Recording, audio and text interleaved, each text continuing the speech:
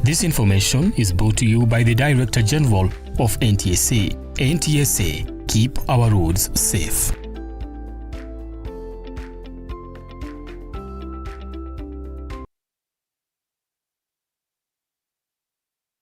We got good news for you. You have the opportunity to win up to 100,000 shillings cash money from Kuza Biz. It's easy to participate. Just open M-Pesa, Lipa na M-Pesa, account number 825454, account name right, Lookuptv, then deposit 99 shillings only. Remember, the more you participate, the more the chances of winning. Hurry now and be one of the winners of the Daily Cash Awards.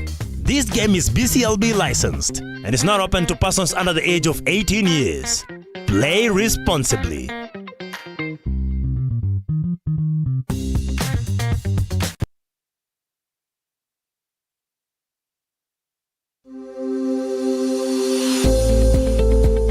Enjoy a getaway this Mashujaa weekend from as low as 14,000 shillings. Pamper yourself and your loved ones with 10% discount on spa facilities, live kids animators and activities, karaoke Friday and live DJ entertainment.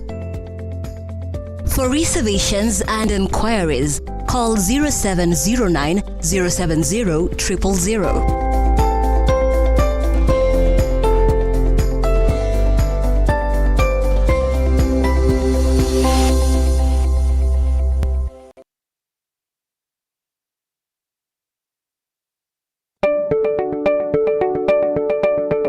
Are you looking for experts in waterproofing systems, concrete admixtures, flooring systems, refurbishment solutions, roofing, sealing and bonding, and building finishing systems?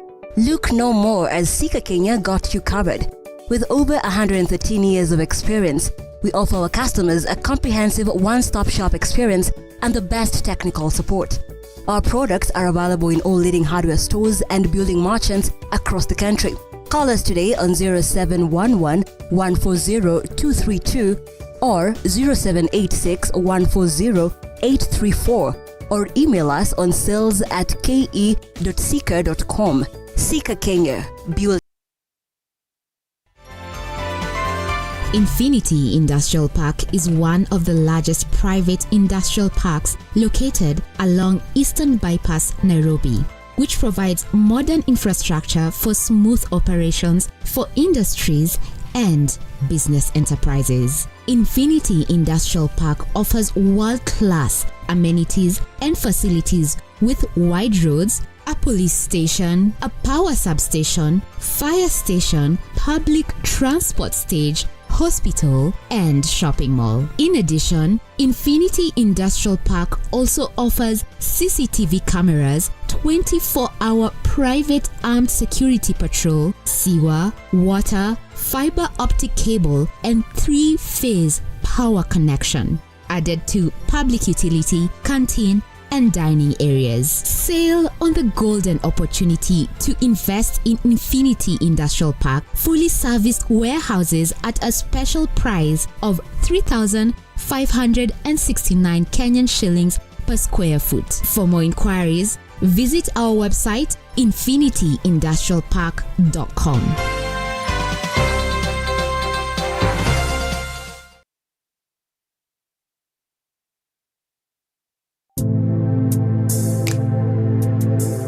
Praise the Lord and Bwana Yesu asifiwe sana. My name is Pastor Joseph. I'm from a ministry called Reconcilers World. God gives strength to the weary. I am, Jesus is speaking. He says, I am the door.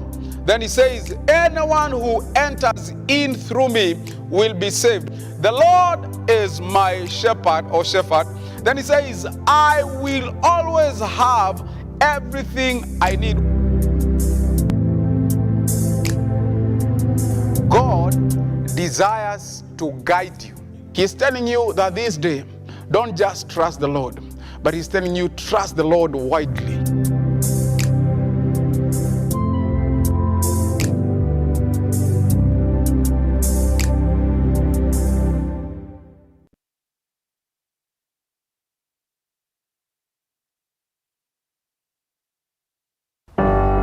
The story we're telling today is a story of passion in practice that grows into business. We have partnered with the Youth Fund, talk to as many youth as possible and work with them, hold their hand.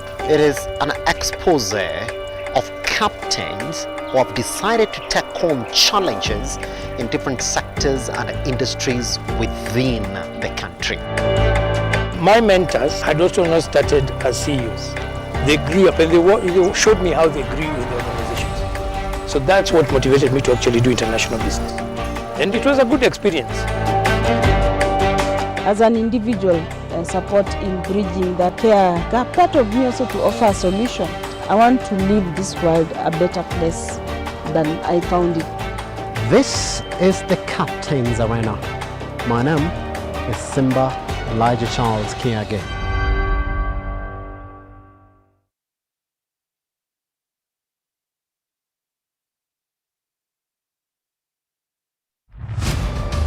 As the night falls, we come to life to bring you a comprehensive broadcast from the numerous events happening across our 47 counties. When it breaks, it matters, and each story is important. If it's Thursday, join me, Nancy Lima, and my able panelists as we break down the law jargons and analyze the Constitution in a way only you can understand. The news cycle never stops, neither does time. We cover each and every sector and present to you factual and accurate occurrences. This is where facts win the day. Join me, Nancy Lima, Ian Keitani, Tuesday, every Wednesday, Thursday, as from 9 p.m. on The Insight, only on Lookuptv.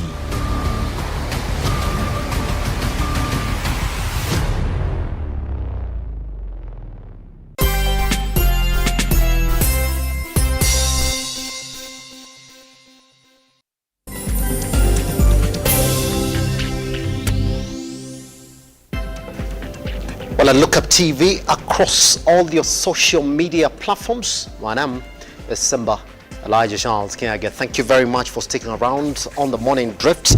There's so many issues that we're going to look at this particular hour. And for the next 1 hour, we're going to look at something very, very important, depending on where you're coming from.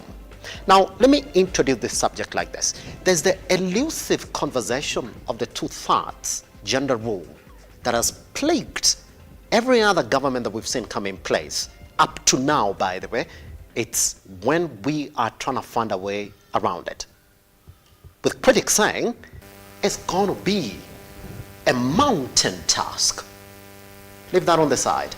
But when we say that we are making gains when it comes to gender issues in the country, there are still some glaring holes that we haven't fixed. So let me just point you to one area that you would think that we fixed, but we haven't. Even when you look at the number of government elected officials that we have in place, even at the Senate House, which is one of those very grown places in the country, you're going to read only 21 out of the 67. So you'll find 21 females, 67 males in it. So when you look at this particular pattern, then you start to say, well, where are we getting it wrong when it comes to gender issues in the country, especially on one area of women and politics? Critics also say this, that we've made proper constitutional advancements. I mean, law and the offing of law, in as pertains women and gender issues in this country, is not a thing that you have to dig deep to find. No, it is there. But then the implementation of that is what is a big issue. Well, this morning then, to help us discuss women in politics and gender issues in the country, we are joined by Senator Gloria Orwoba. How are you doing? Good morning. Happy to have you around, Senator. I'm happy to be back. It's been a minute. It's been a minute. All right, we're happy to have you around. Yeah. Here's where I want to open this conversation with. I want to move away from the bad news and whatever we're not getting when it comes to women in politics. And so like this, the Council of Governors is again going to be headed by one female. That is the second term now. Yes. She comes into office and says this, that we as governors really need to find a way to protect ourselves.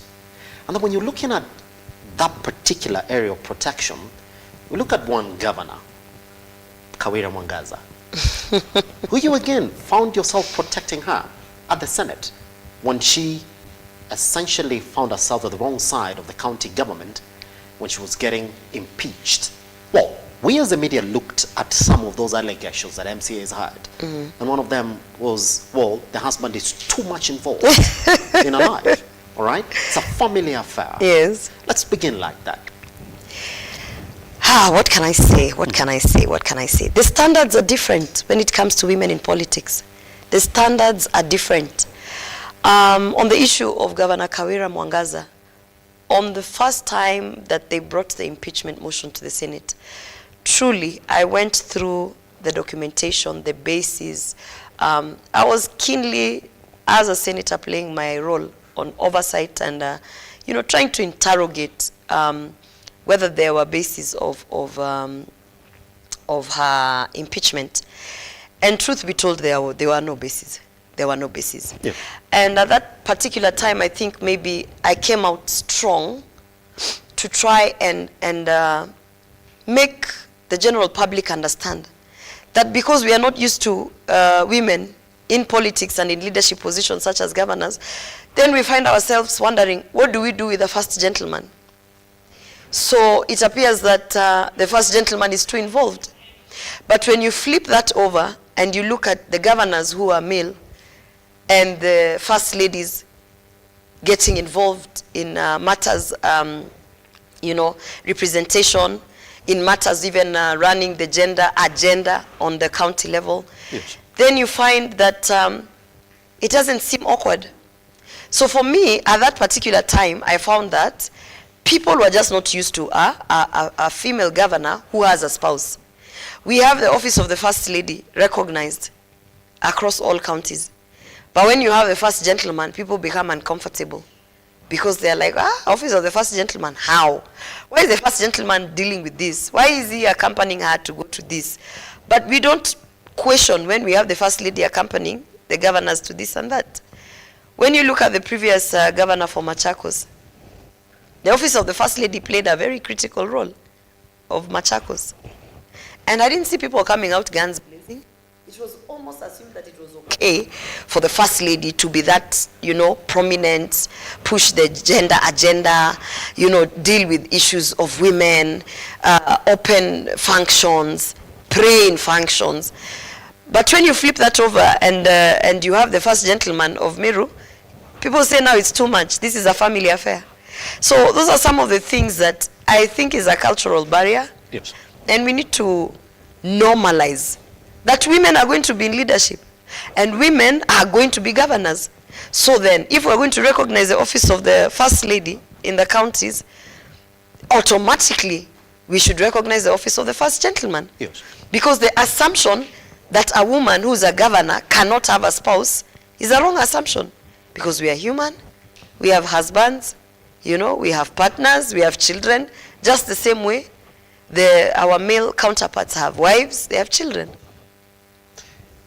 We speak at a time again when she's faced with another impeachment allegations that are building up within the county. I mean, if she's going to appear at the Senate for the second time, Senator, is that going to change the case of the... No, I think every impeachment motion should be backed by proper facts of impeachment, basis of impeachment. Even if you appear 1,000 times. By the way, I don't think there should be a minimum time you appear. You know, of course, by the standing orders, there is a 6-month period by which you cannot impeach someone and then come back next week with an impeachment motion. There's a 6-month period. But I don't think it should be how many times you come. I think it should be the basis. I mean, if she comes back and the basis of impeachment are there, then she needs to be impeached. Just as any other gentleman who's a governor. Every time they come to be impeached, we are not looking at them like, are you a man? So now we must protect you. No, we are looking at what is the basis of impeachment. And the basis of impeachment in our constitution is very clear. So if the basis of impeachment are there, it doesn't matter whether last time we didn't find the basis. If this time we find the basis, then we are going to impeach you. So for the Senate, it is not an issue of it is a woman coming the second time. It is an issue of it is a governor who's being impeached, and these are the bases. Then we just interrogate the matter. If the bases are there, if truly the county assembly have found that there are issues of misuse of office, corruption, and all those bases of impeachment, we as the senators, we are going to look at it, whatever we find, guilty or not guilty, and then we operate in that direction. Yes. Yes. Anne Waiguru now is at a very critical position in terms of being as a Council of Governors board, in terms of looking at even women issues in leadership.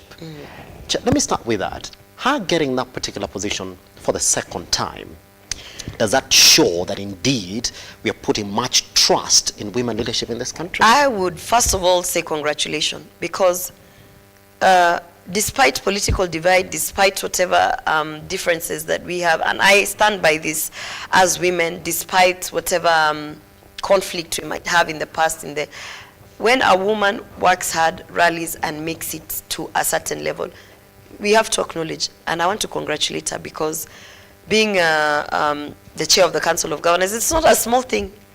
It's not a small thing for anyone, and it's particularly not a small thing for a woman.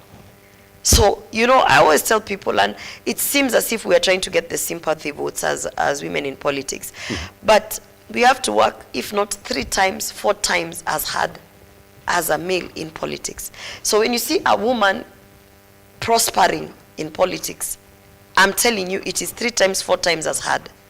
So congratulations to Governor Anne Waiguru. She has really showcased that despite the challenges, we can actually, as women, get to where we want to be within politics. What I want to say is the dynamics are different for every woman. Yes. And what I respect when I see women as Anne Waiguru is that I know the battles behind. I know what she has to conquer behind the scenes for her to make the strides that she has made. Now, unfortunately, not all women will have the strength, perseverance, and resources that can keep them going to get them to be chair of Council of Governors. That is why we have the affirmative action, to understand that not everyone is going to be that tough, not that, you know, it's an issue, it's a combination of so many things. And I can be strong, I can have perseverance, but I might not have the resources. I might have the resources, but I might not have that strength or political backing. So the issue of bringing in the affirmative action in the name of such seats as women representative, in the name of such seats as nominated members of parliament, members of county assembly, it is recognizing that the path that women have to follow in politics is very, very difficult. And I'm not speaking this just because I want sympathy votes. It is plain and simple. Even on the campaign, if you go to the campaign for a seat, member of parliament, I'm campaigning for the same seat. I need more security than you need. Because the dangers that are thrown at me are not the same dangers that are thrown at you. You know? So it is something that we first of all have to acknowledge and accept, so that now we can move forward and say it is indeed not the same path for a woman in politics. So the affirmative action that is being taken in different platforms, including I am a beneficiary of the affirmative action, being nominated to the Senate to represent women. This is supposed to serve as a springboard to make sure that come next election cycle, I get elected. And now those are the things we should be discussing. Is the affirmative action working? Is it not working? Yeah. Pretty much. But just before we even look at exactly what is again in the affirmative action or not, I want to point even in your house, the Senate House. Remember my introduction was that even when you look at whether it's really something that's promoting women in leadership, you start to investigate in the National House and the Senate House. Yeah. The numbers are big disparity, Senator. Definitely. It's a big disparity. Yes. Let me start with the Senate. Yes. I mean, we're talking about 2167. And guess what? And 2167 is 3 elected. It's 3 elected, yes. And the rest nominated. The rest are nominated. Yes. And guess what? You like to think that will be a motion that will be tabled and discussed heavily at the Senate, but it's not, Senator. Even if the motion is tabled and discussed, who's going to support it? No, the 21 who are in the Senate cannot vote. So even if we table it and we discuss it, we can't vote for it. So that's 21 lost votes. Actually, that's, sorry, because 3 are elected. 3 can vote. Yeah, 3 can vote. So the remaining, is it 18? Does it? 18 cannot vote. So that's 18 lost votes, even for a motion that is there to promote. So because nominated senators don't vote. They do not vote, isn't it? No, we don't have any powers in that house. So then when we're talking about advancements in issues like affirmative action, when in reality, the reality is no. Let me not say it's not again. It is again, because by virtue of even being in that house, it is a privilege, and it is the starting point of coming to the table. Yeah. Now we need to be intentional to interrogate why the affirmative action, after so many years, has not really churned out elected women members of parliament. You know, you have to ask yourself, every single time we nominate women to the county assemblies, to the National Assembly, to the Senate, how many of them in the next election cycle come back as elected leaders? A very basic statistics from last election, out of over 20, I think 21 maybe, that were there nominated members of parliament, both in the National Assembly and in the Senate. Yeah. Only one woman came back elected. So if we are actually being honest with ourselves, if we want to interrogate, it is like when you pump resources somewhere and you want to see the impact. You have to do an analysis of the return on investment. We are investing in nominating these women to these places so that it can serve as a springboard to get them elected. So we have to be intentional and find out, since the affirmative action started, how many people have actually successfully used that nomination to get elected. And if we count and find that the statistics are not making sense, we have to say this thing is not working. We have to be honest. We have to tell ourselves, we are nominating people to the National Assembly, to the county assemblies, to the Senate. They are spending 5 years on that springboard that is supposed to elevate them to elective seats. They are not getting elected. So the formula is not working. Why isn't the formula working? So you come back and ask those who are there, why didn't you get elected? What happened? What did you do with your 5 years? What did you do? Some of them will tell you, oh, I tried to legislate, the processes are bureaucratic, there's a system in there that doesn't work. I am in there, I can tell you there's a system that is created and designed to have you fail as a nominated senator. Number one, you don't have voting rights. You cannot vote under any matter. Already that shows you that essentially to the public conceives you as a useless person in the Senate. That's one. So you're being set up to fail. If you look at the systems within, I can only speak of the Senate because that is where I've been nominated. We need to, when we talk about two-third gender rule and trying to bring more women through nominations, ask yourself, those nominations, are they working? Because me, I can tell you from a position of, I am a nominated senator. And the things you hear me raising to speak about, the things you hear me, what people perceive as complaining and saying I'm difficult, I am trying to blow the whistle and say, this affirmative action is a very good thing for women. But in order for it to work, we must do these things. You cannot send women to a space where they have no powers. You cannot invite me to a meal where I'm not eating. You cannot sit me at the table where I'm not making decisions. I'm not part of the decision making.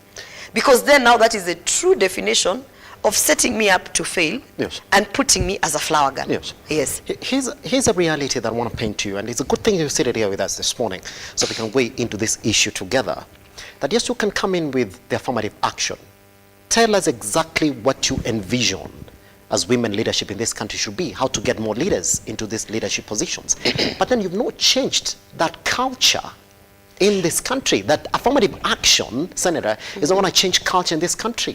No, affirmative action is changing the culture. You see already, when you are nominating, let's say, a member of county assembly who's a woman, for instance, in a county like mine, in Kisii County, where women had no chance before the affirmative action, no chance to be elected.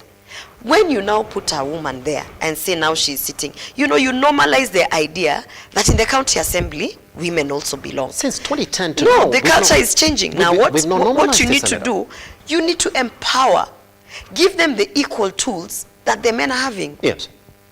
Because, you know, the moment you elevate and give someone an opportunity, but you show a clear disparity between their peers, even the electorate understands nominated are useless. So in their minds, they know the only space for women is through nominated. Then not only that, you know, when you have these 5 years, you're supposed to push your agenda, legislative action, get a voice politically on the political forums. That is also based on your self-initiative, because sometimes, to be honest, there are women who are nominated, they can even be given everything, even if today they were given voting rights. They will still not exercise them in the independence to show that even as women, that they can make decisions. There are some things that are reliant on the person that you nominate. But there are other things that have been set within the system that even if you nominate Gloria Orwoba, who speaks, who goes to TV, who goes to rallies, somehow the system will beat her down to the extent that come 2027, the next general election, the electorate doesn't really take you serious because of how the things have been designed. For instance, I already sponsored, within 1 year, I've done so much. Within 1 year, in Senate, I have already tabled a bill, Konza bill, that went all the way to second reading. And it failed with 2 votes. Those 2 votes, one was my vote, which I could not vote.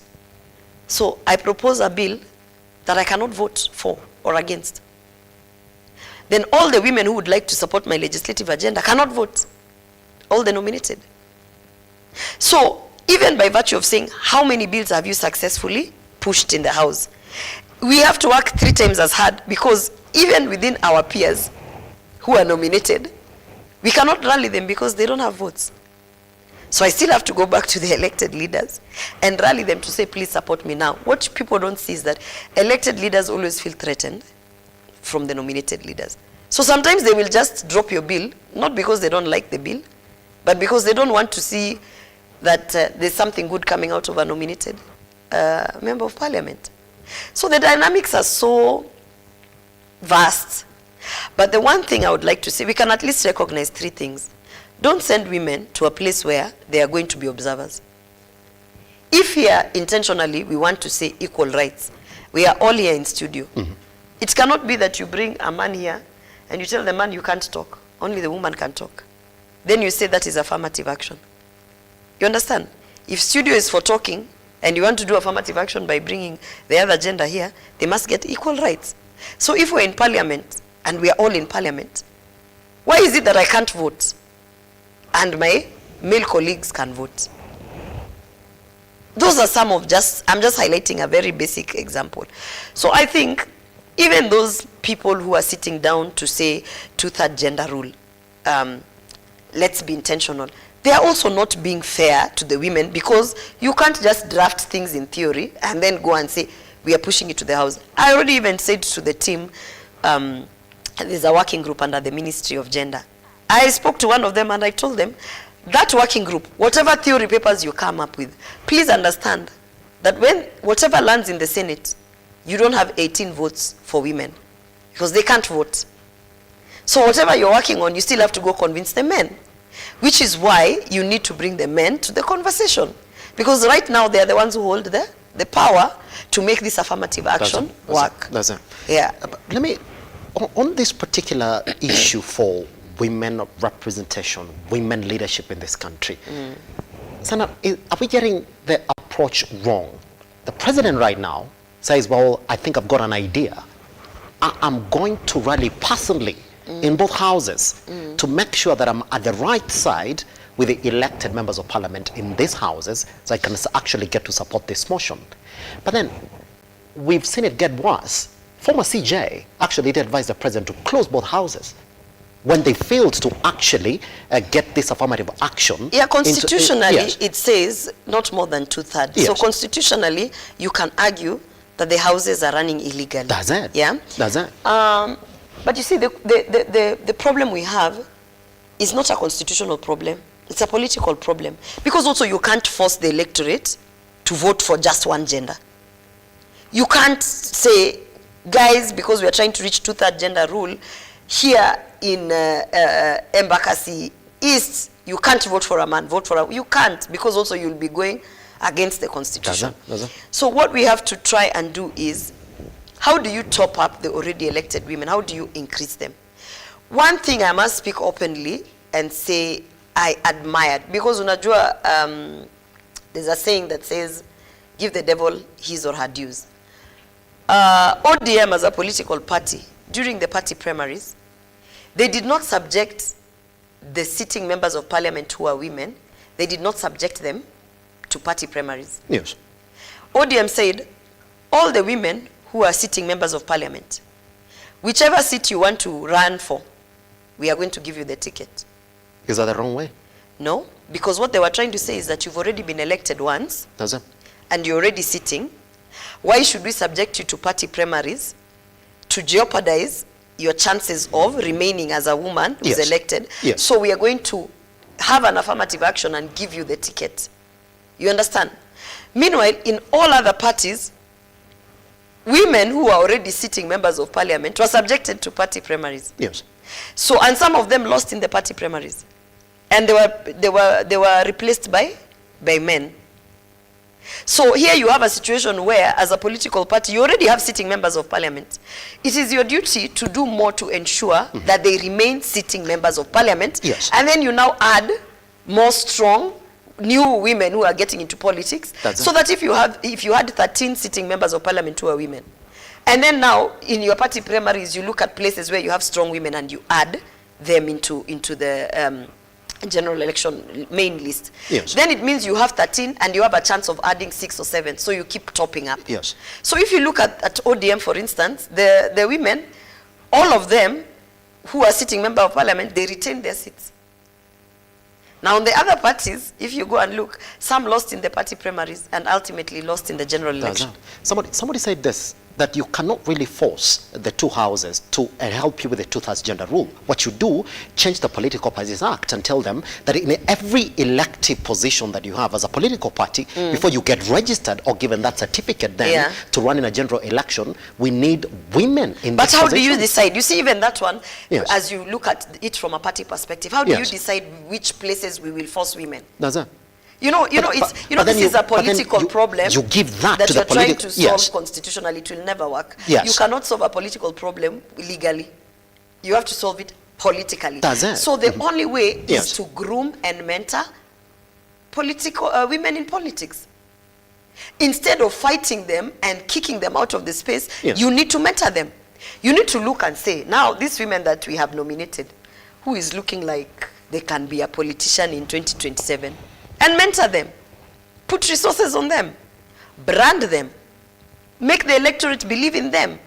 Because you see, for me, for instance, I'm nominated. By the time I get to 2027, there has to be a support base somewhere that has votes, that believes in me, because of the work that I'm doing, legislative, on the ground, programs, my vocalness. So there are people who you can see, this person has potential. Political parties somehow must understand, if we are going to come to a place where we will have more women than men, such that we're even nominating men to parliament, they have to invest in women. And it's not only political parties. I'm talking about any organization that claims, and this is now where I look at the civil society, because sometimes the civil society, they claim, we are supporting women in politics, we are supporting, and all they're doing is taking women to restaurants and hotels to give them tea and talk to them. That is not going to get women elected. You sit women in a group all the time, they're calling me, Gloria, there's a forum for women, we are going to discuss. What are you discussing? Women in politics, let's be intentional, need 3 things. They need to have a strong brand, a really strong brand, such that when you say that name, Millie Odhiambo, you're like, yes, I know that person. When you say that name, they have to have a strong brand. If you truly want to invest in women, go invest in their brand. Stop sitting them in hotels and giving them tea and talking to them about affirmative action. That's not going to help them in 2027. 2027, women need security to run around in the grassroots. Start talking to them about how is your security looking like in the future. Ground yako ikoaje? Those are practical things. Women need money. This is something that I keep saying. Most women in most households, when there is a child who is sick, assuming today, me and you are my husband, I am your wife. Our son is sick. You're in studio. I'm the first one to get into my pocket when I'm rushing to say, oh, before Baba Nani afike, I have to get the taxi, I have to do what you'll find most of my money as a woman who is in a household will be spent around domestic chores, domestic issues, solving domestic problems, whereas a man can easily save up from now till the next general election. He can have money. Kukiwa na matanga, oh, ambia chama yako ilete pesa. So you find women end up using their money around the domestic needs. Yes.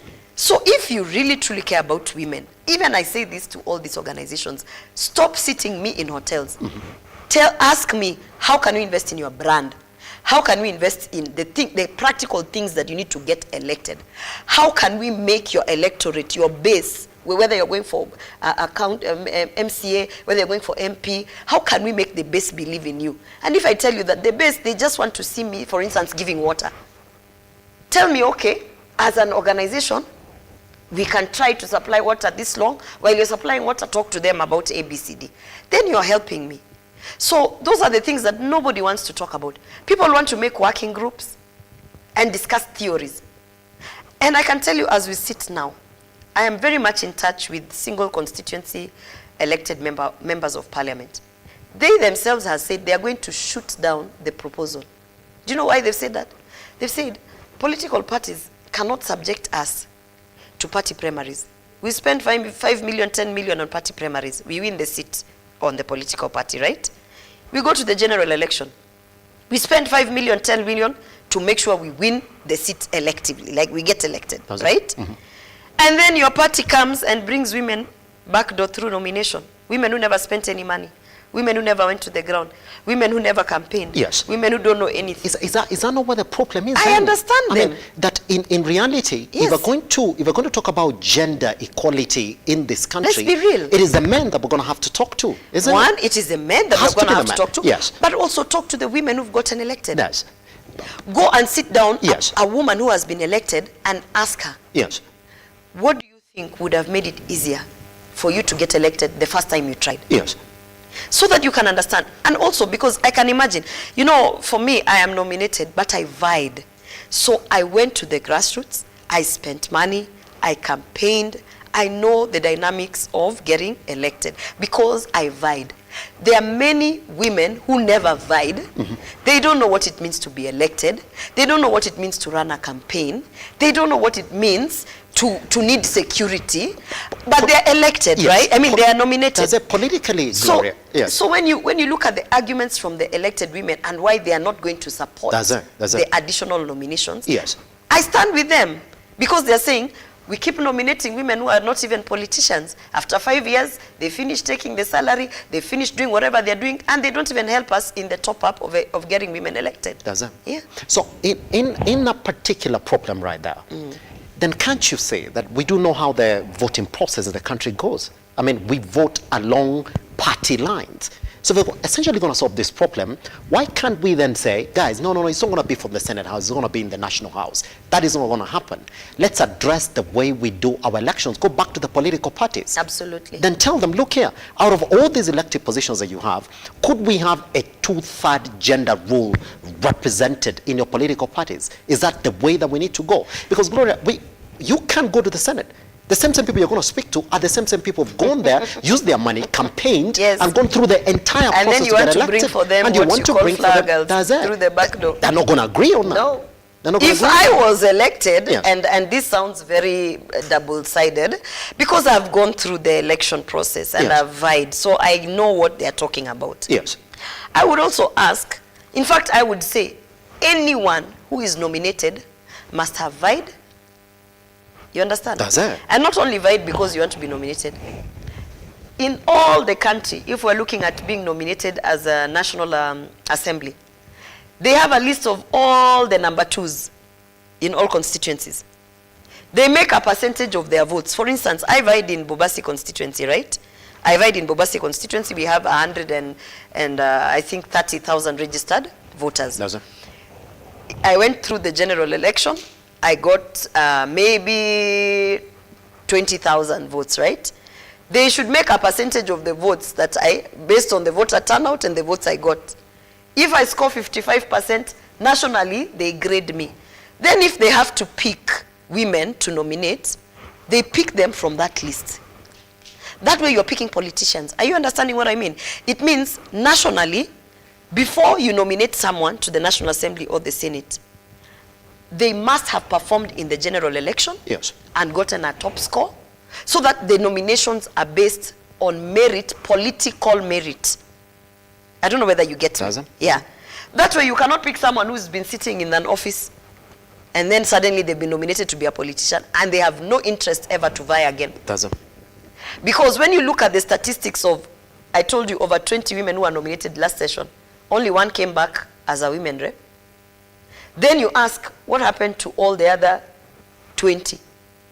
Where were they? You'll find out they were never politicians. They never vied. They have never vied in their life. So why would they now start vying now because they've been nominated? They were never interested in politics. So it is like you are giving an internship in a bank to a fisherman. They will never become a banker. Even after 5 years, they'll never become a banker. So this is an internship in politics. You must give it to politicians. That has always been my basis. So that by the time you get to the nomination, like you're a nominated senator or a nominated member of parliament, nobody can come and tell you, oh, you flower girl, you performed nationally and got your 60% or 80%, you are top 18, and that is how you made it in the nomination. Yes. Here's one question somebody's going to ask you then, even as we talk about this issue of women representation of women in politics. Do you feel that even with the glaring holes that we're talking about here this morning, that indeed also the problem, and I don't know whether this will put you on the spot, is in the way that women also view other women in politics? You would like to think, Gloria, that indeed, when it comes to a woman leader in this country, I mean, we've seen women who have even run for presidential positions in this country. But there's no statistic that came out and said that, well, women overwhelmingly went and supported this lady to win those elections. I mean, we've seen examples in other counties where women essentially stand out, being governor, senator, all the way to member of parliament. which is why I asked you. This issue here, it doesn't seem to be an issue. But why would I expect, to the population? Why would I expect as a woman to win a seat just because I'm a woman? I'm just turning the question the other way. Why would I go vie, for instance, in Embakasi South, and then think, because I'm a woman, people should just vote for me because I'm a woman? Because that has been an issue. That men are the ones who but you see, even as a woman, that's nonsense. People are not going to vote for you because you're a woman. People still, as much as you're a woman, are going to look, what does your leadership entail? Showcase your leadership. Yes. As a woman, what makes your leadership different that I think, maybe let me vote for a woman because I can see she resonates with issues on maternity, on healthcare, on what?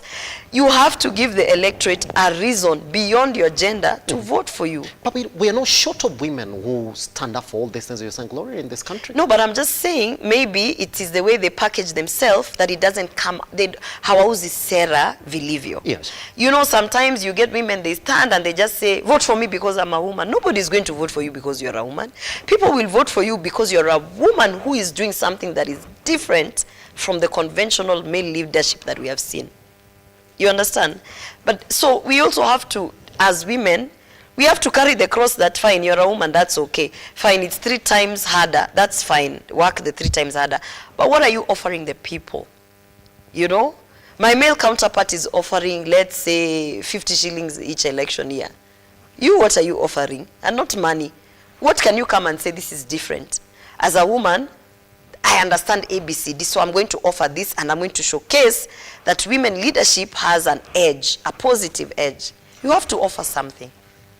And that's where also as women we go wrong. Yes. People just stand and they're like, oh, I'm a woman, vote for me. No, nobody will vote for you because you're a woman. Then are we not addressing a big Even women will not vote for you because you're a woman. Is it a cultural issue, Gloria, that we're trying to solve constitutionally? The constitution will never solve a culture. it's... our politics have not I matured. agree with you Yes. that it's somehow a political, cultural issue. That's it. And now those are the things that I appreciate the affirmative action is trying to change. Because already by placing nominated members of county assembly, members of parliament, members of senate, by normalizing that there are women in those houses, that's the first step.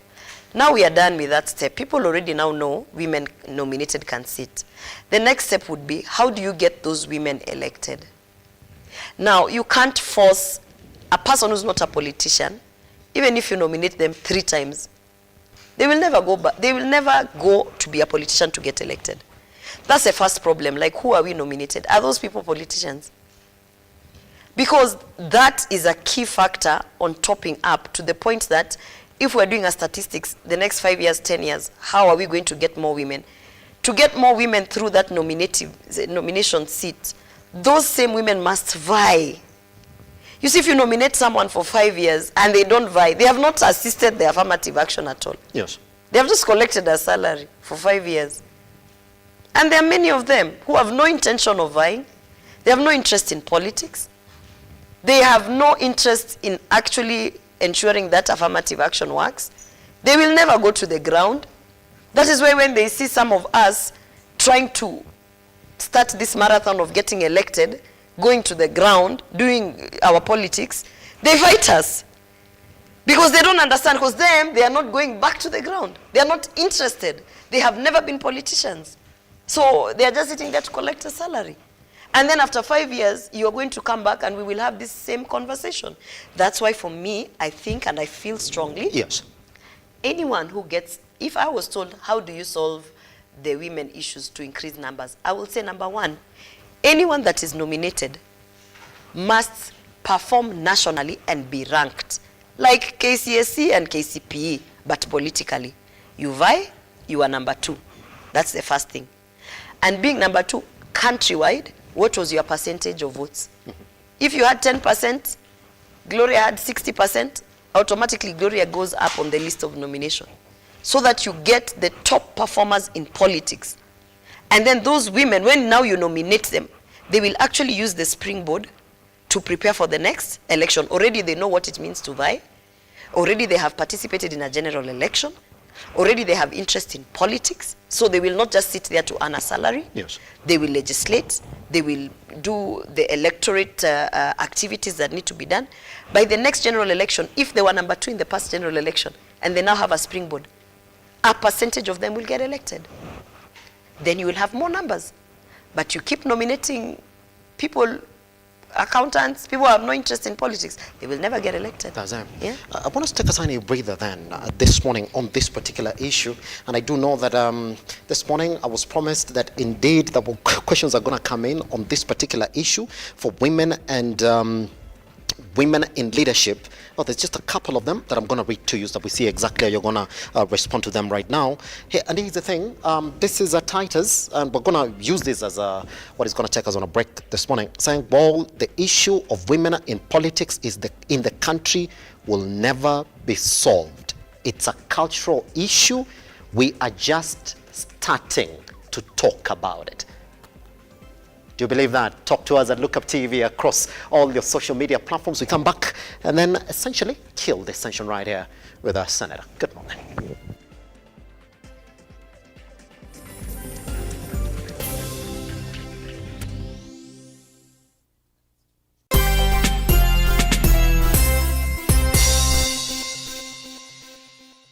Upande wa Ilpolei tumepata kiangazi muda mrefu sana. Ng'ombe zimekufa.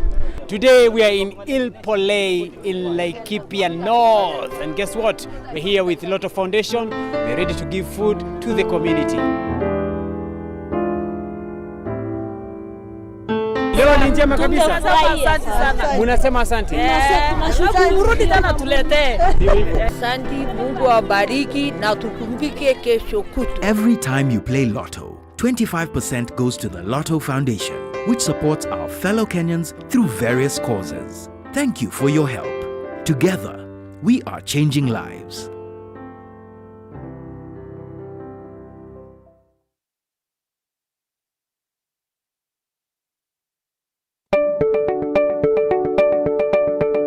you looking for experts in waterproofing systems, concrete admixtures, flooring systems, refurbishment solutions, roofing, sealing and bonding, and building finishing systems? Look no more, as Sika Kenya got you covered. With over 113 years of experience, we offer our customers a comprehensive one-stop shop experience and the best technical support. Our products are available in all leading hardware stores and building merchants across the country. Call us today on 0711 140 232 or 0786 140 834 or email us on sales@ke.sika.com. Sika Kenya, building trust.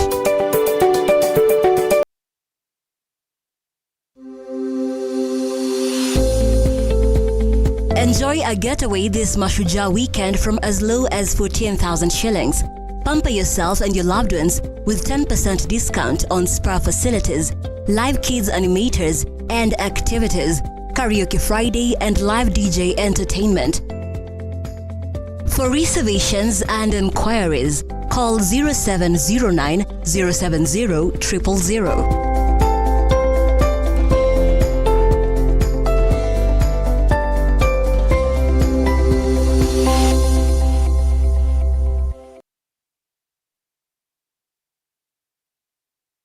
Are you a junior secondary school, a college, a TVET institution or a university and you want to advertise your intake? Book now and advertise with us today on both Lookuptv and all our digital platforms. Call us today.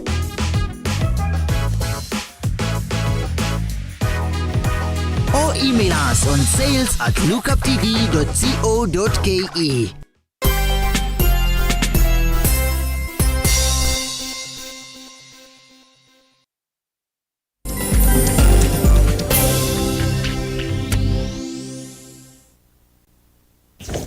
Now, here's one thing that I'm going to read to you so that we see exactly what affirmative action essentially was supposed to solve in the country. And I'm going to read it to you as well.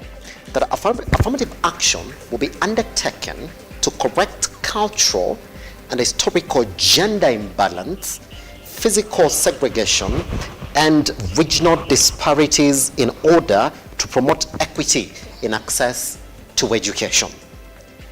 All this is essentially what affirmative action was supposed to come in and correct. But then, if you indeed look at our 2010 Constitution, by the way, we were told never to call it new anymore. It is the 2010 Constitution. You like to think that we made gains, but when you look at the issues that we're fighting with right now, you like to think it was when we're just starting. Hence why Titus asked you, Senator, that indeed, do you believe it is when we are just starting? That right now is when we're having conversations around affirmative action. No, we've had a lot of conversations around affirmative action, but we're having the wrong conversations. I sound harsh today, but I have to speak the truth. This is the only thing I know how to do. I only know how to speak the truth. We are having the wrong conversations.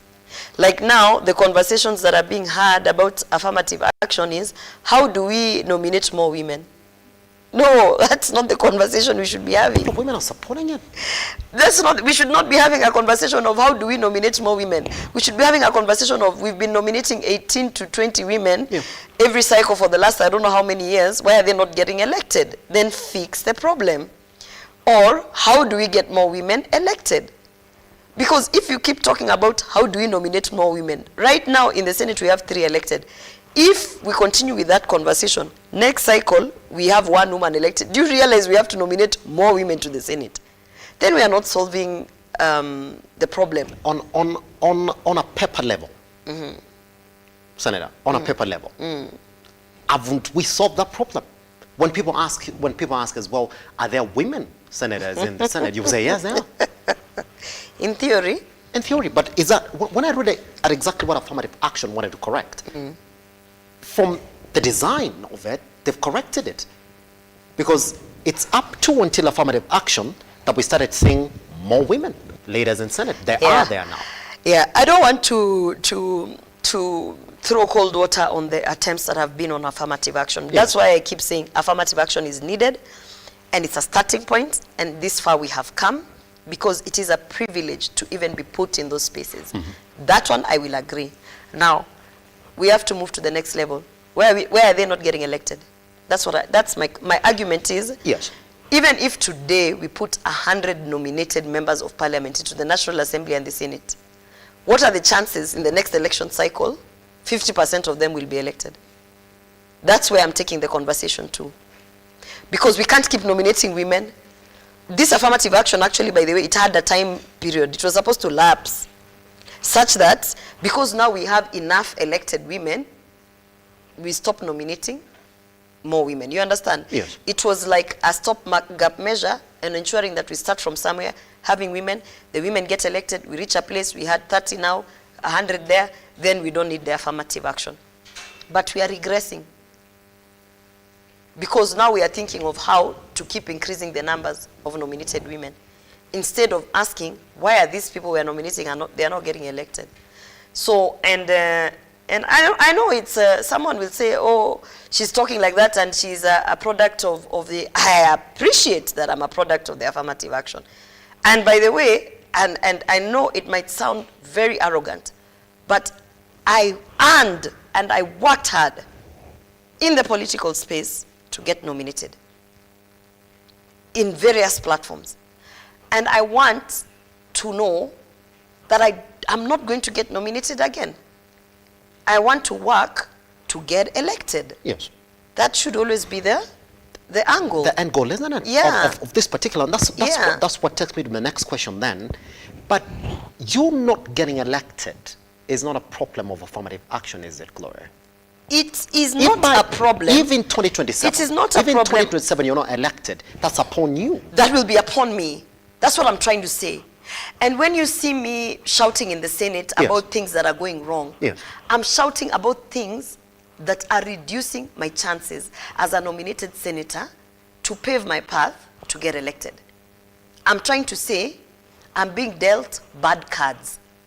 I am being shortchanged intentionally. Are you saying that indeed if you're nominated, then you're running into blocks at the Senate? Yes, that's what I'm trying to say. And I'm trying to say, if you guys, and when I say you guys, I mean the political spaces, the political authorities, that same house, are really keen on moving this nominated into elective, stop and listen at what we are saying. Because what is happening is, I bring you to the table, I serve you the food, and I clip your mouth so that you don't eat. And then I expect 5 years from now, you've gained weight from the same food. How? You understand? How? You can't set me up for failure. So that is what you see me shouting about. Hey, hey, hey. I'm being set up for failure, and it is discriminatory towards nominated. Your biggest critics. But yes.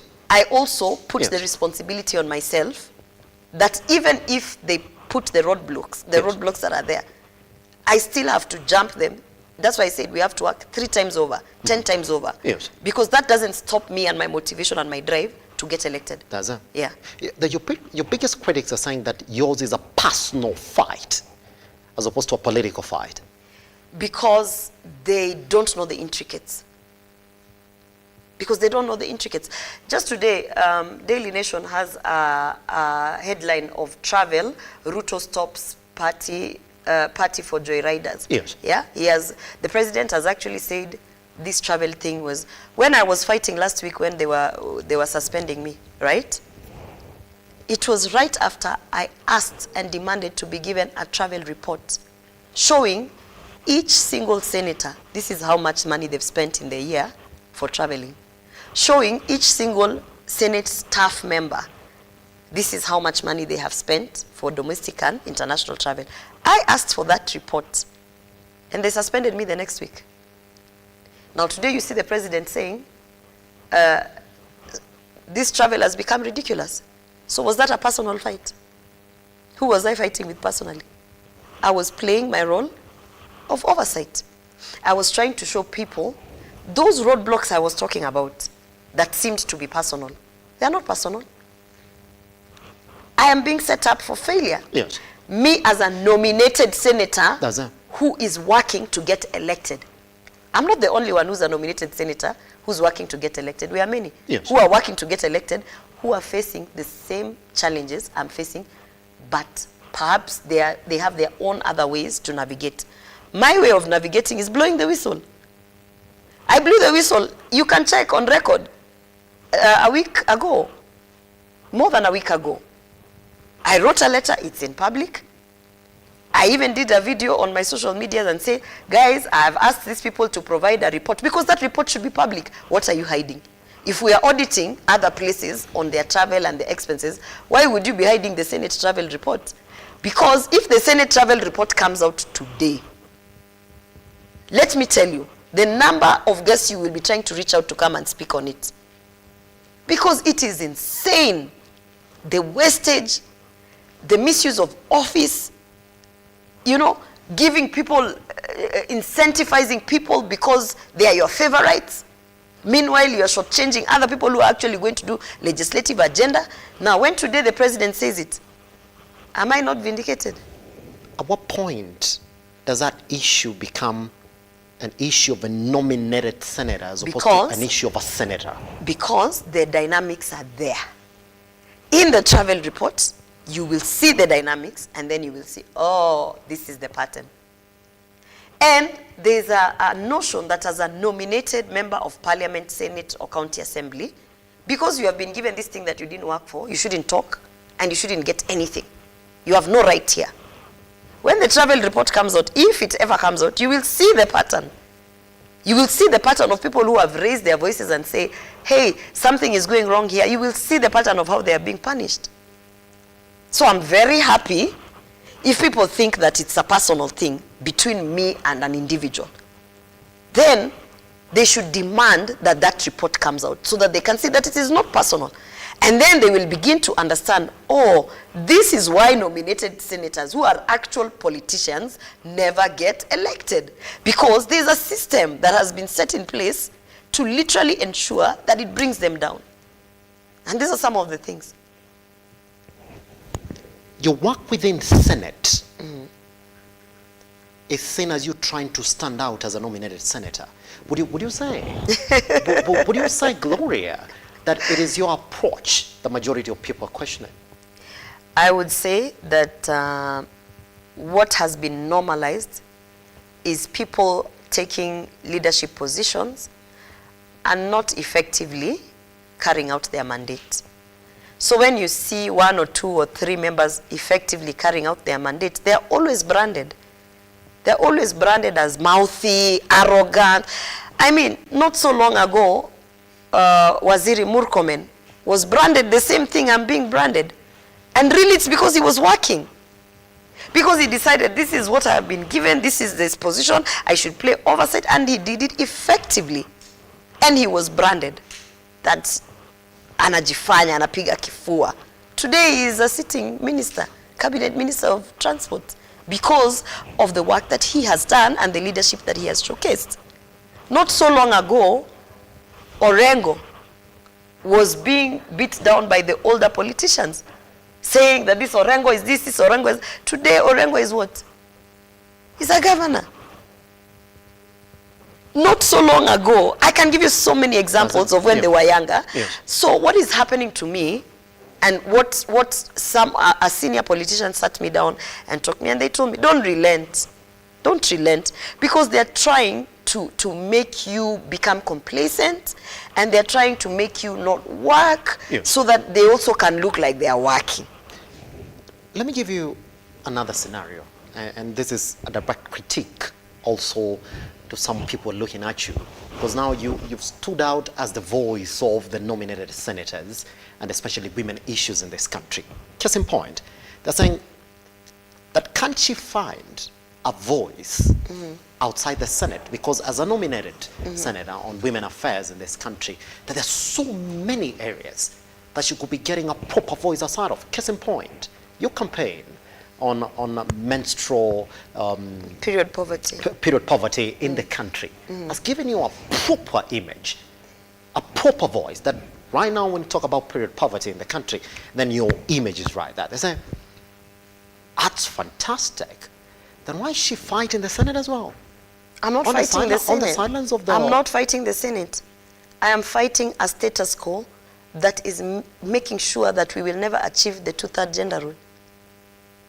By the way, what I'm doing, I am advocating for the 2/3 gender rule by highlighting the reasons why women who are nominated never get elected. Yes. That's what I'm doing. So I'm not fighting the Senate. I love the Senate. The Senate is a very powerful house. The Senate can move mountains as an institution. The Senate is where I have gotten my voice. Why would I fight the Senate? And by the way, an individual or an office, that office of the clerk, does not form the Senate. So when people are saying I'm fighting the Senate, I'm not fighting the Senate. I am highlighting issues that need to be highlighted. You get what I mean? So when someone says, can she find a voice outside of the Senate? Why? Why? When my party leader, when my party put me there to speak for the people who cannot speak. Why would I now shy away from doing my job? Because it's making people uncomfortable. If there are illegalities that are going on, I will be the one to speak. And that's who I have been. If you go and look at my track record outside of politics, go and check. I have always been the voice that I will not shy away from saying, guys, this is wrong. Whether for women, whether for men, I will never shy away. Because that is one thing that I pride myself in, that sometimes you might not have a lot of talents. Sometimes your only talent can be the ability to speak up. So why would you waste your talent? Speak up. So I'm not fighting the Senate. I have never fought the Senate. I love the Senate. Today is my first day back after suspension. You know, the orders were lifted. I am very excited to go to Parliament this afternoon. I love my job. I love my workplace. But I have to highlight things that are wrong. And I believe that is why my party leader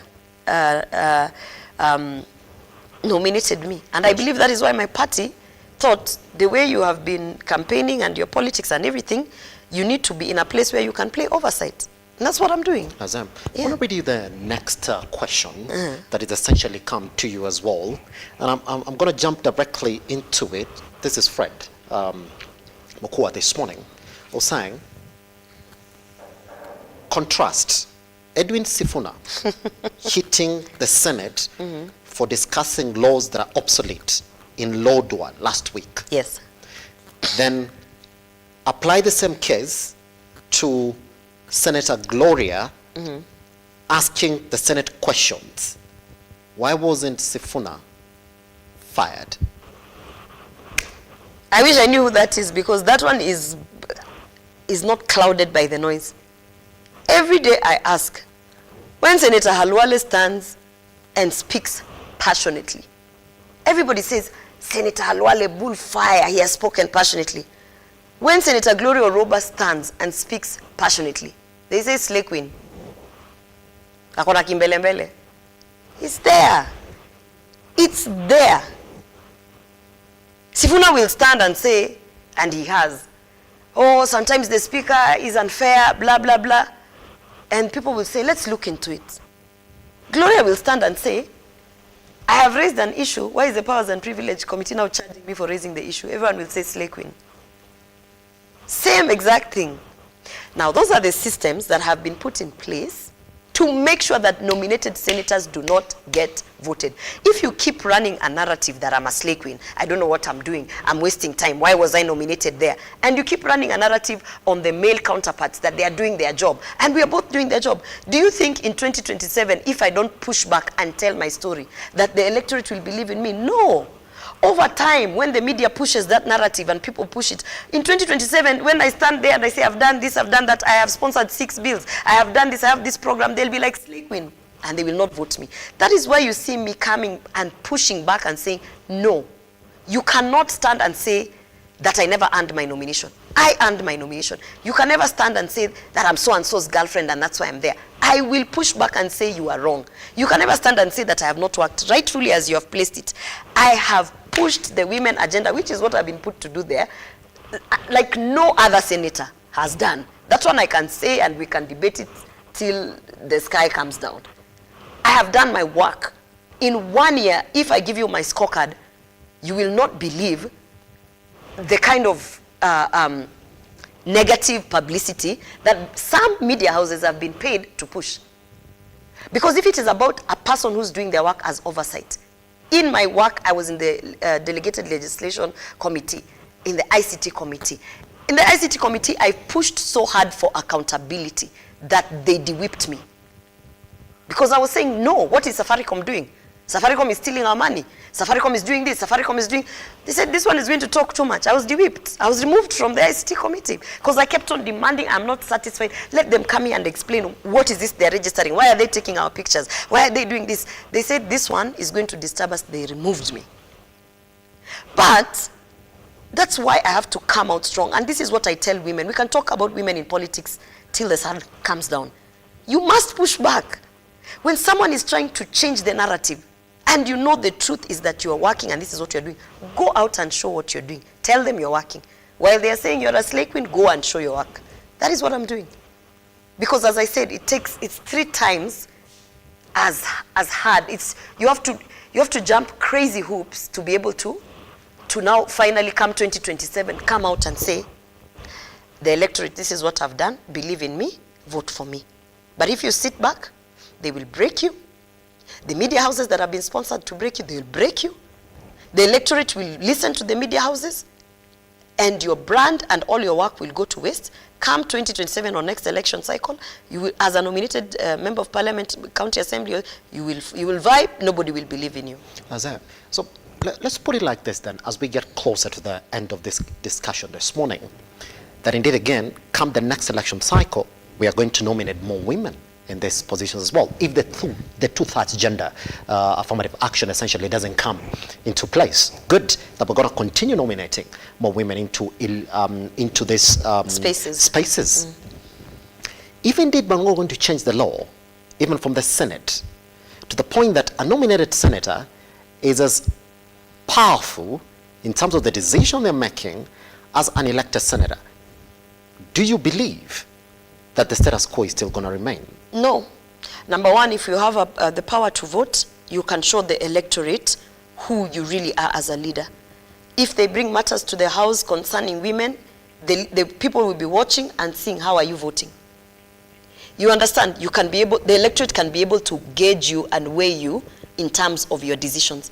Right now, because we don't make any decisions, we cannot be gauged. That's outright. But if they were to change that and give us voting rights, then I would say they also change it that you cannot be nominated twice. Because if you have been given a platform to showcase your leadership equal to the elected, you should not be given the same platform again. Yes. Yeah. So for me, I always stand for change it, give them equal rights, give them equal opportunity, give nominated members of county assembly, national assembly, senate equal opportunity, voting rights, but also change the law that they cannot be nominated twice. Yes. So that you have your one shot, your 5 years, use it well. If you don't use it to get elected, you lost your chance. And I will also say, don't nominate people who are not politicians. That is the biggest problem that we have right now. We have people who have no interest in politics, no interest in getting elected. They are sitting there with us as nominated senators. And that is why we are seen as flower girls. It is, I've told you, like nominating a fisherman, giving them an internship into a banking hall. Even after 5 years, they have no interest in being a banker. They will never be able to be a banker if they have no interest. So, stop bringing people who have no interest in politics and giving them nomination seats. Number one, score people nationally. Anyone who performs the way they perform out of the votes that they got in the general election, yes, that's what gets them into the nomination. Number two, give them equal rights. Number three, put in a law that says they cannot be nominated again. That's it. Senator, on a personal level, the headlines that have followed you over the past couple of months, in this conversation of women in politics, I mean, whatever you're going through could be heavily contrasted with what other women in leadership are going through.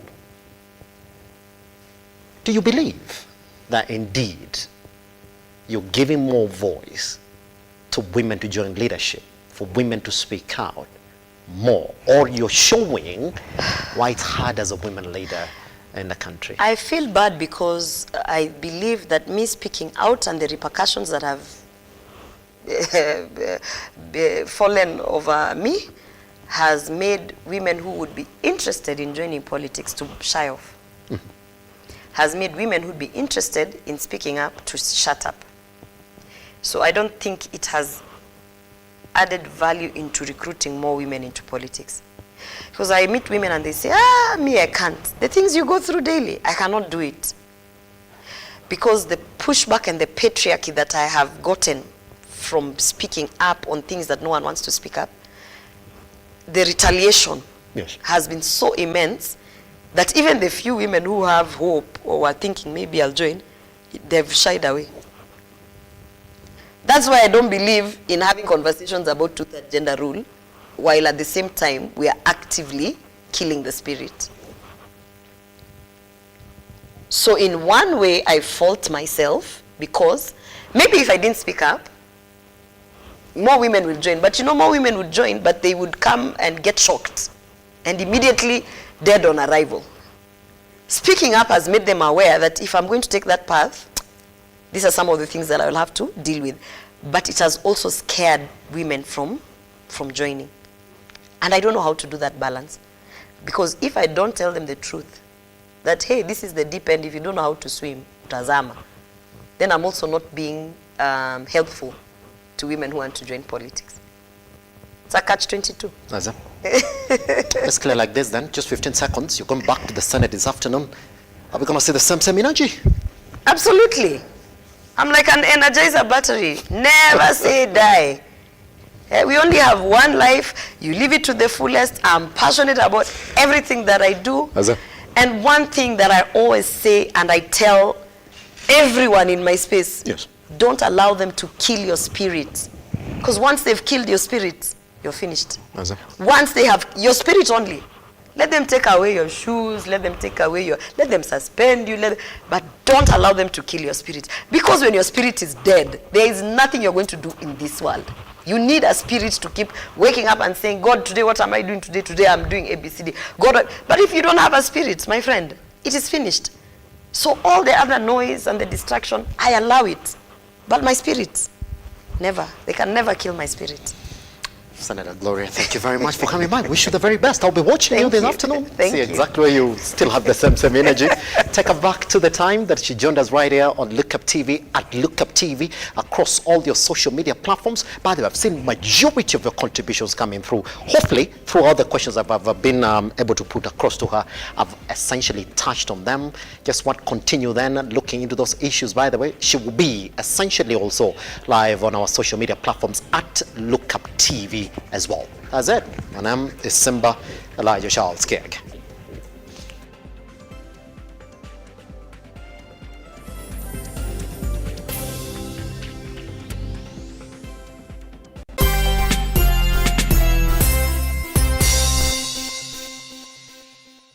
We got good news for you. You have the opportunity to win up to 100,000 shillings cash money from Kuza Bees. It's easy to participate. Just open M-Pesa, Lipa na M-Pesa, account